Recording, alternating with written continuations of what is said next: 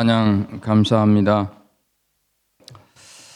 말씀을 전하면서 영상을 먼저 좀 하나 보도록 하겠습니다. 뒤에 불을 좀 꺼주시고요. 영상 틀어주시기 바랍니다.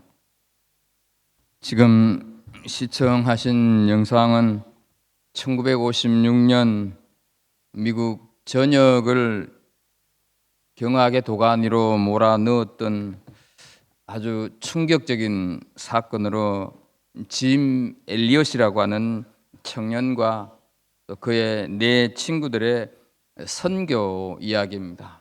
창끝이라고 하는 영화로 실화를 바탕으로 해서 만든 작품인데 편집을 했습니다.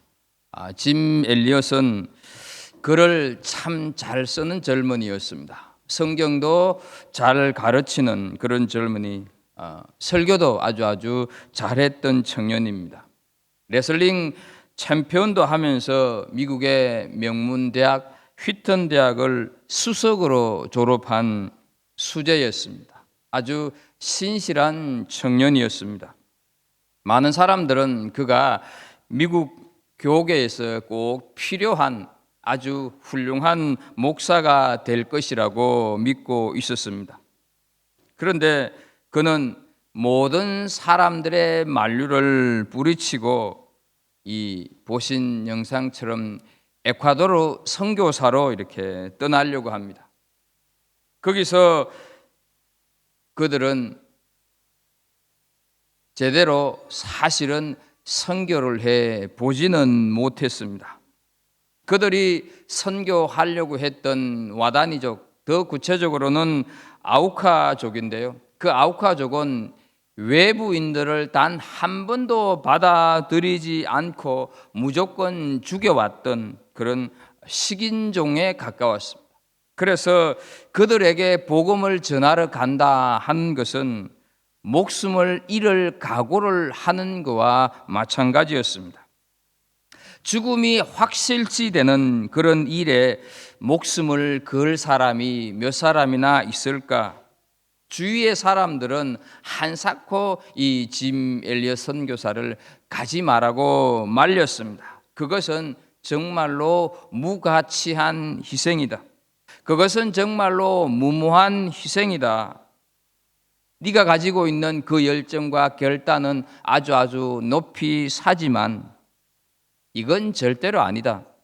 선교를 꼭 그런 식으로만 해야 하느냐?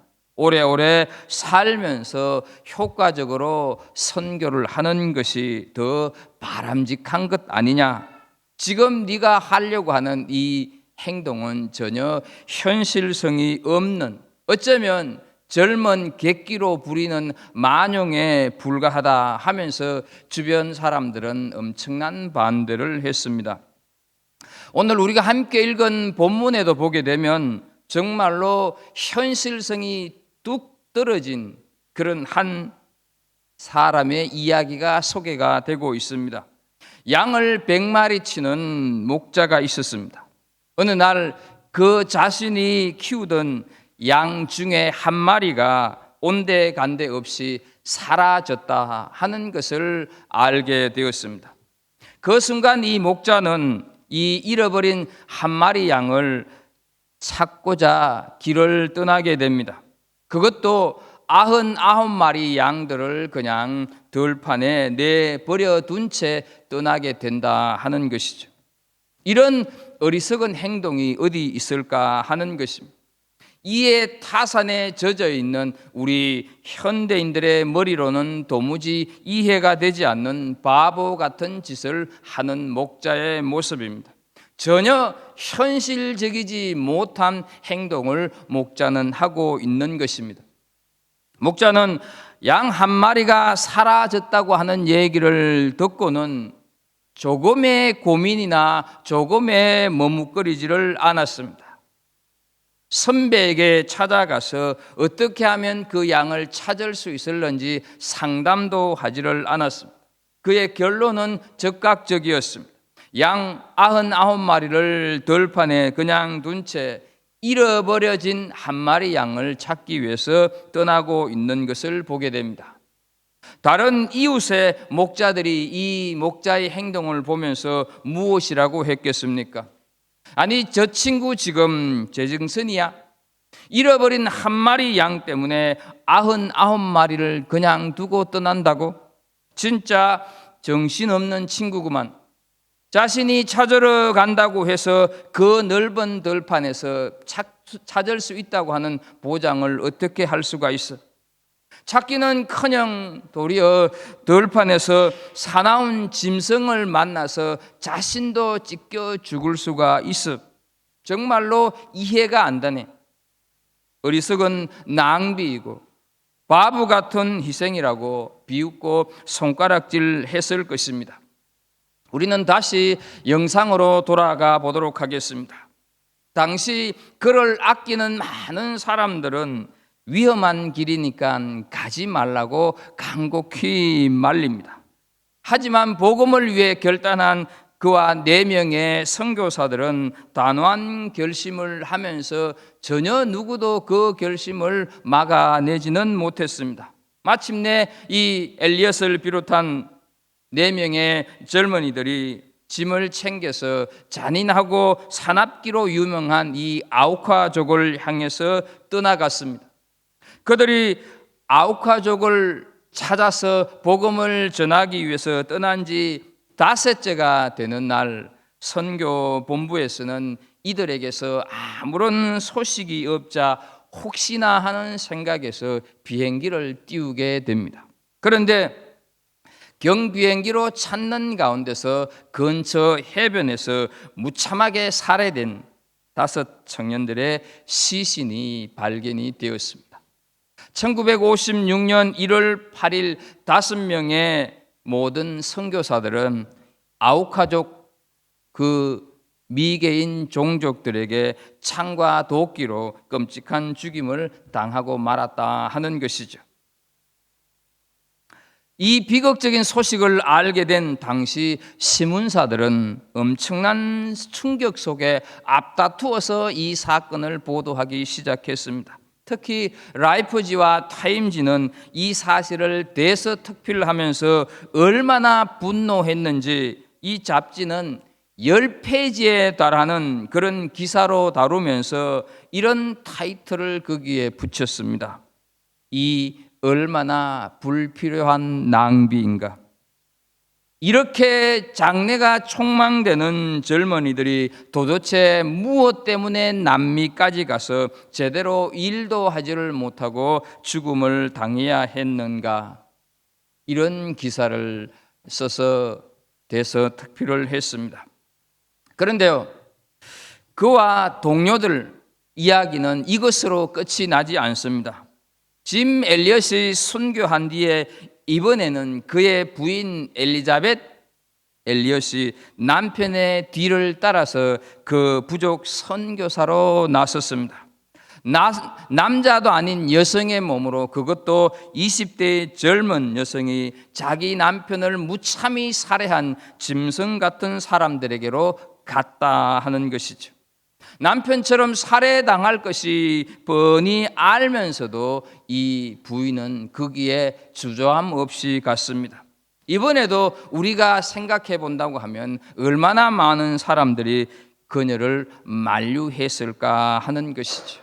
도대체 네 남편이 그렇게 무모한 희생, 무모한 낭비를 했는데 너도 또 그렇게 무모한 낭비를 하려고 하느냐?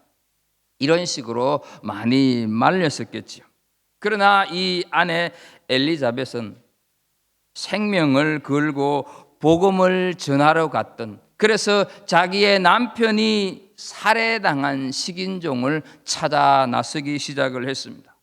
놀랍게도 이 아우카족은 여자를 해치는 일은 비겁한 짓이라고 해서 여성을 해치지는 않는다고 합니다. 그러나 이 엘리자베스, 아내 엘리자베스는 이 사실을 모르고 목숨을 내걸고 갔다 하는 것이죠.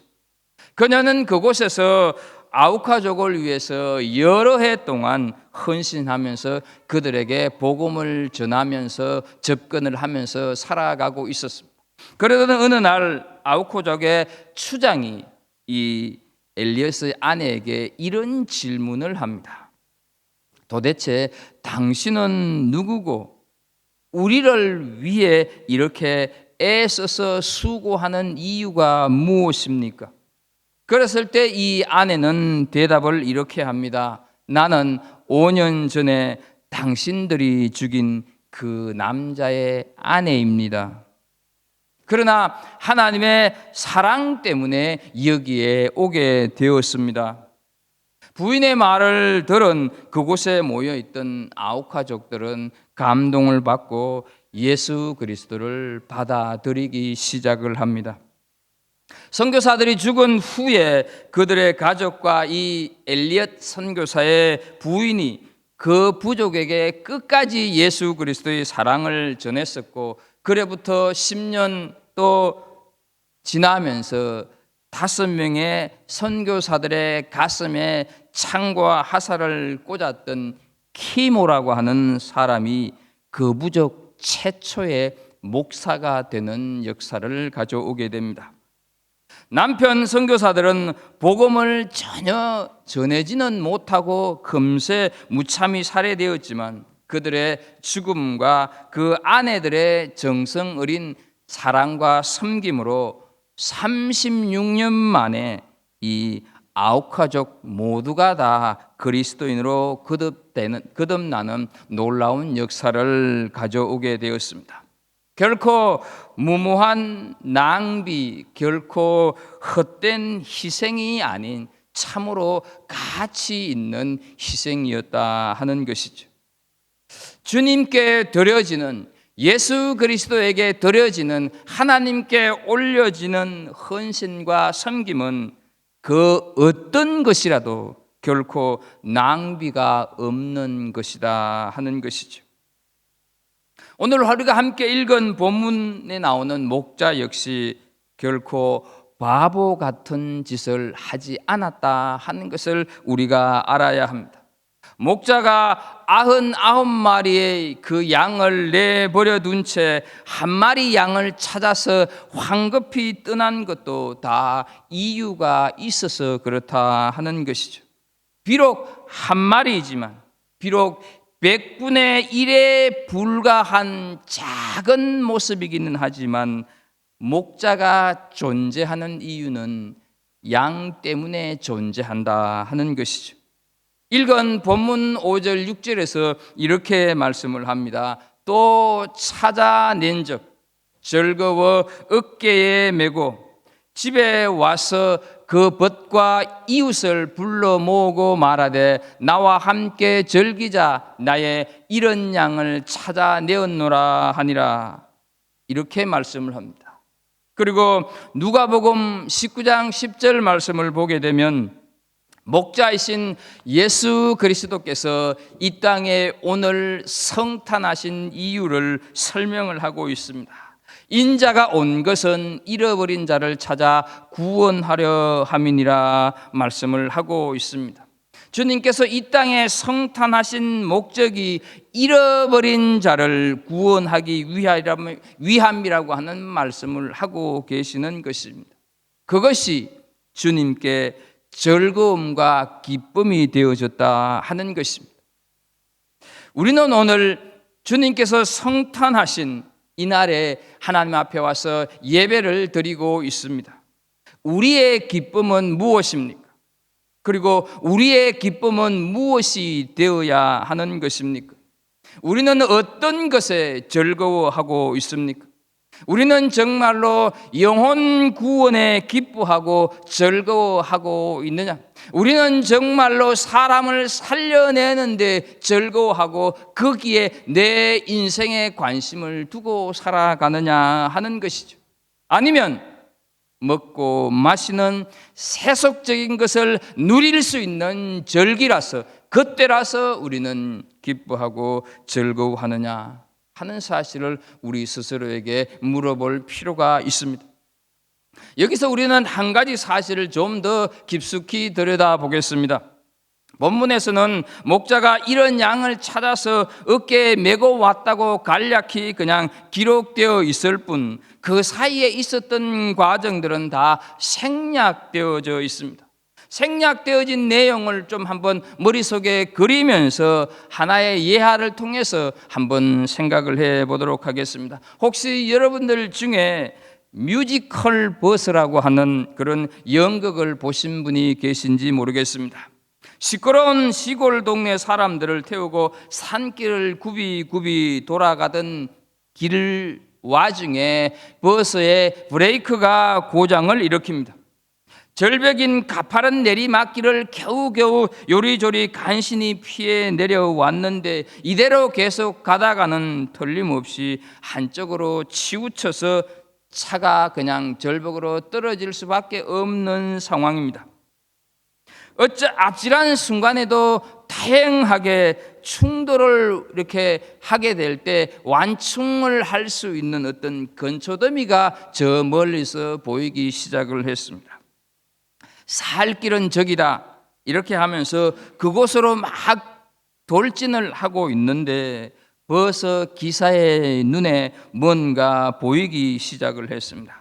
가만히 보니까 꼬마 아이가 그 건초더미 앞에 서서 이 버스 기사를 향해서 웃으면서 손을 흔들고 있었습니다. 버스가 아이를 친다고 하면 그 아이는 죽게 될 것이고, 그렇다고 아이를 피해가게 되면 버스 안에 7명의 승객들의 목숨을 장담할 수 없는 기가 막힌 형편입니다. 기사는 결국 7명의 승객들을 살리기로 작정을 하고 그냥 건초더미 앞에 있는 아이를 치고 넘어가서 겨우 버스를 이렇게 세우게 됩니다. 7명의 승객들은 안전했습니다. 하지만 그들의 생명을 위해서 차에 치인 아이는 피투성이가 된 채 넘어져 있었습니다. 기사를 포함한 승객들을 살리기 위해서 한 아이가 희생이 되었습니다. 차에서 내리는 승객들은 가까스로 안도하는 그런 한숨을 쉬면서 죽은 아이 곁으로 가서 물끄러미 바라보면서 미안한 마음을 어떻게 할 줄 몰라 합니다. 그런데 거기에서 뜻밖의 충격적인 사실을 알게 됩니다. 자기들의 생명을 살려내기 위해서 기사가 희생시킨 이 아이는 다름 아닌 버스 기사의 아들이었다 하는 것이죠. 기사는 7명의 다른 사람들의 생명을 위해서 사랑하는 자기 자식을 희생하기로 했던 것입니다. 사랑하는 아들을 자기 손으로 치어 죽일 때 그 기사의 마음이 어떠했을까요? 그 마음이 오늘 우리들에게 느껴지고 있습니까? 그것이 바로 우리를 위해서 독생자를 희생시킨 하나님 아버지의 마음이다 하는 것이죠. 이 감동의 연극 뮤지컬 버스는 스위스에서 일어난 실화를 바탕으로 한 작품입니다. 이 뮤지컬 포스터에 이런 글이 적혀져 있습니다. 나의 생명은 다른 이의 죽음 때문이다 라고 하는 글귀가 쓰여져 있습니다. 의외의 구원을 경험한 7명의 승객들은 모두 다 충격 속에 사로잡힌 채 새로운 인생길을 찾아 버스를 떠나면서 연극이 마무리되는데요. 그 뮤지컬 마지막에 이런 감동적인 노래가 흘러나옵니다. 누군가가 사랑했기에, 누군가가 희생했기에 이젠 우리는 새로운 삶을 살아갈 수 있어요. 누군가가 사랑했기에, 누군가가 희생했기에 이제 우린 새로운 삶을 살아갈 수 있어요. 엘리엇과 친구들이 식인종 부족으로 들어가서 제대로 전도 한번 해보지 못한 채 선교했을 때 세상 사람들이 뭐라고 말을 했습니까? 이 얼마나 큰 낭비인가. 엘리에서의 아내 엘리자베스가 남편을 따라 아우카족에게로 갔을 때 주위 사람들이 또한 얼마나 이 무모한 낭비인가 라고, 무가치한 희생인가 라고 요란을 떨었습니다. 엘리야 선교사의 일기장에 이런 글이 있었습니다. 영원한 것을 얻기 위해 영원하지 않는 것을 버리는 자는 결코 어리석은 자가 아니다 라고 하는 말이 적혀져 있었습니다. 사랑하는 우리 성도 여러분, 이 얼마나 무모하고 무가치한 희생이고 낭비인가. 하나님께서 아들 예수님을 그 높고 높은 자리에서 낮고 천한 이 땅으로 메시아로 보내려고 하실 때도 어쩌면 사탄이 하나님께 던졌을 말이라고 생각되지 않습니까? 인간적으로 생각하면 창조주 하나님께서 죄인들을 위해서 자신의 독생자를 십자가에 바치는 일보다 더 헛되고 쓸모없는 낭비가 없어 보인다 하는 것이죠. 그런데 과연 그것이 쓸모없는 낭비였을까? 과연 가치 없는 희생이었을까? 만일 그랬다고 한다면 하나님께서는 우리에게 뭐라고 말씀을 하셨을까요? 낭비라니 무슨 말인가? 나와 내 아들은 이 순간을 위해서 오랜 세월을 두고 기다려왔다. 나와 내 아들은 이제야 그 꿈을 이루게 되었다. 내 아들의 탄생과 죽음이 결코 헛되지 않을 테니 두고 보아라. 이렇게 말씀하셨다고 생각되지 않습니까?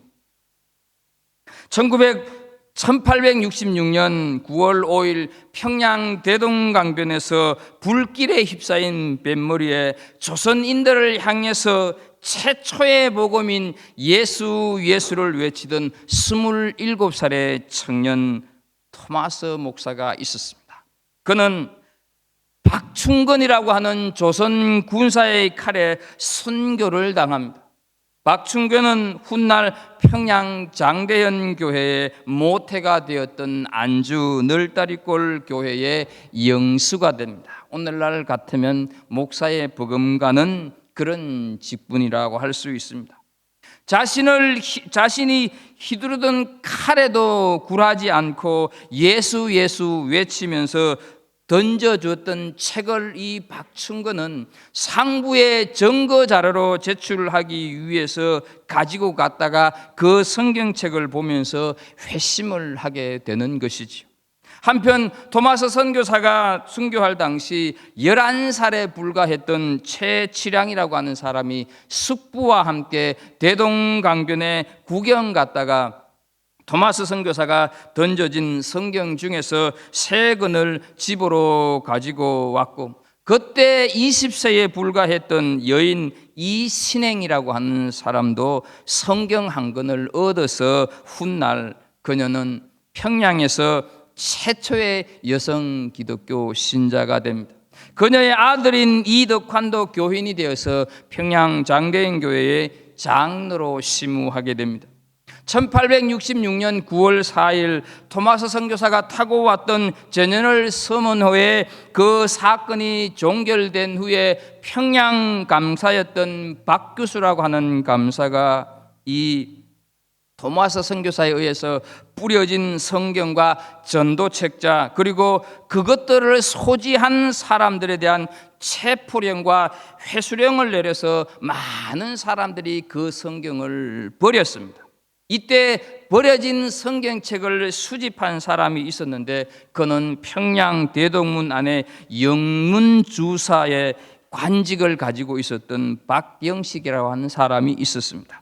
그는 수집한 성경책을 찢어서 자신의 집 벽지로 사용을 하게 되었었고, 앞에서 언급했던 최치량이라고 하는 이 사람이 이 집을 구입하여서 평양의 여관으로 사용을 하면서 이 여관에 머무르는 여행객들이 자연스럽게 벽지로 사용된 성경을 보다가 자신도 모르게 예수님을 믿게 되는 매우 흥미로운 성령의 역사가 교회사에 기록이 되어 있습니다.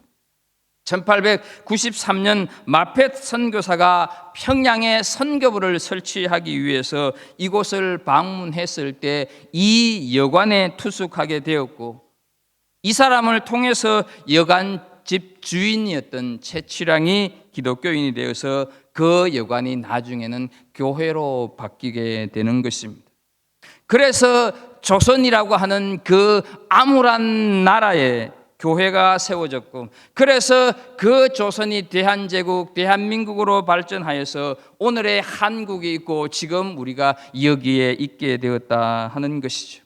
27살 청년의 죽음이 과연 무모한 희생, 가치 없는 희생이었을까? 누가복음 12장 24절에 하나님께서 말씀을 하십니다. 내가 진실로 진실로 너희에게 이르노니 한 알의 밀이 땅에 떨어져 죽지 아니하면 한 알 그대로 있고 죽으면 많은 열매를 맺느니라 하는 이 말씀처럼, 엘리엇 선교사나 토마스 선교사의 순교는 결코 가치 없는 희생이 아니라 정말로 참으로 가치 있는 희생이었다 하는 것이죠. 우리는 오늘 하나님께서 선교사와 선교자로, 그리고 우리를 구원하실 메시아 하나밖에 없는 아들 예수 그리스도를 이 땅에 보내주시는, 그것을 감사하고 축하하는 날이다 한 것을 우리는 다 기억하고 있습니다. 하나님의 아들 예수 그리스도는 곧 하나님이십니다. 그래서 오늘은 바로 하나님께서 사람이 되어서 우리와 함께 하신 임마누엘의 날입니다. 사랑하는 우리 성도 여러분, 우리는 오늘을 축하하고 기뻐하지만 하나밖에 없는 아들을 이 땅으로 내보내셔야 했던 그 하나님의 마음을 우리는 이해할 수가 있겠습니다. 우리는 오늘 즐거워하고 기쁘고 감동적인 날이라고 말을 하지만 하나밖에 없는 아들을 이 땅에 보내시고 십자가에 죽으실 때까지 모른 척 외면하셔야 했던 그 하나님의 마음을 우리는 이해하겠느냐 하는 것이죠. 우리가 기뻐하고 우리가 즐거워하는 그 이면 속에 하나님의 마음이 어떠했을까, 우리는 그것을 생각하면서 하나님의 마음을 위로할 수 있는 날이 바로 오늘이 되어야 되고, 그 위로할 수 있는 그 모습, 그 행동이 바로 우리가 사람을 살리고 영혼을 살리는데 모든 우리 삶의 중심을 두어야 한다는 것, 그것이 바로 오늘이다 하는 것을 기억하십시오. 빌립보서 2장 6절과 8절에 하나님이셨던 그 하나님이 이 땅에 사람의 모습으로 오신 것을 잘 말씀을 하고 있습니다. 그는 근본 하나님의 본체시나 하나님과 동등됨을 취할 것으로 여기지 아니하시고 오히려 자기를 비워 종의 형체를 가지사 사람들과 같이 되셨고 사람의 모양으로 나타나사 자기를 낮추시고 죽기까지 복종하셨으니 곧 십자가에 죽으심이라. 마지막 심판대 앞에서 우리가 하나님 앞에 가서 마지막 심판대 앞에서 우리를 정죄하려고 서 있는 사탄이 하나님께 이 얼마나 무모한 낭비인가, 이 얼마나 가치 없는 희생인가, 이렇게 도전을 한다고 한다면 우리는 하나님으로부터 어떤 대답을 듣고 싶으십니까? 낭비라고 한다니, 가치 없는 희생이라니, 갈보리 교회 성도들은 구주로 성탄한 예수의 희생이 결코 부끄럽지 않는 멋진 삶을 살았다. 독생자 예수 그리스도의 희생에 걸맞는 아주 귀한 삶을 살았던 사람들이 바로 갈보리 교회 교인들이다. 그러니 사탄아 내 앞에서 물러가라, 이렇게 사탄을 향해서 꾸짖는 하나님의 음성을 듣고 싶지 않으십니까? 이 하나님의 음성을 듣는 삶을 살아가는 우리 모든 성도들이 되기를 예수 그리스도 이름으로 축복합니다. 기도하겠습니다. 하나님 아버지, 우리에게 성탄을 주셔서 감사합니다. 우리는 막연히 기쁘고 즐거운 날이라고 사람들이 말을 하니까, 주변에서 그렇게 얘기를 하고 있으니까 어렸을 때부터 그렇게 성탄 절기면 들어왔으니까 그렇게만 우리는 오늘을 생각했을 수도 있습니다. 그러나 정말로 예수 그리스도의 그 가치 있는 희생으로 인하여서 우리는 기뻐할 수밖에 없고, 우리는 정말로 하나님으로부터 가치 있는 희생에 걸맞는 삶을 살아왔다고 그렇게 칭찬받을 수 있는 삶을 살아내는 우리 갈보리 성도들 다 되게 하여 주옵소서. 예수님의 이름으로 기도합나이다. 아멘.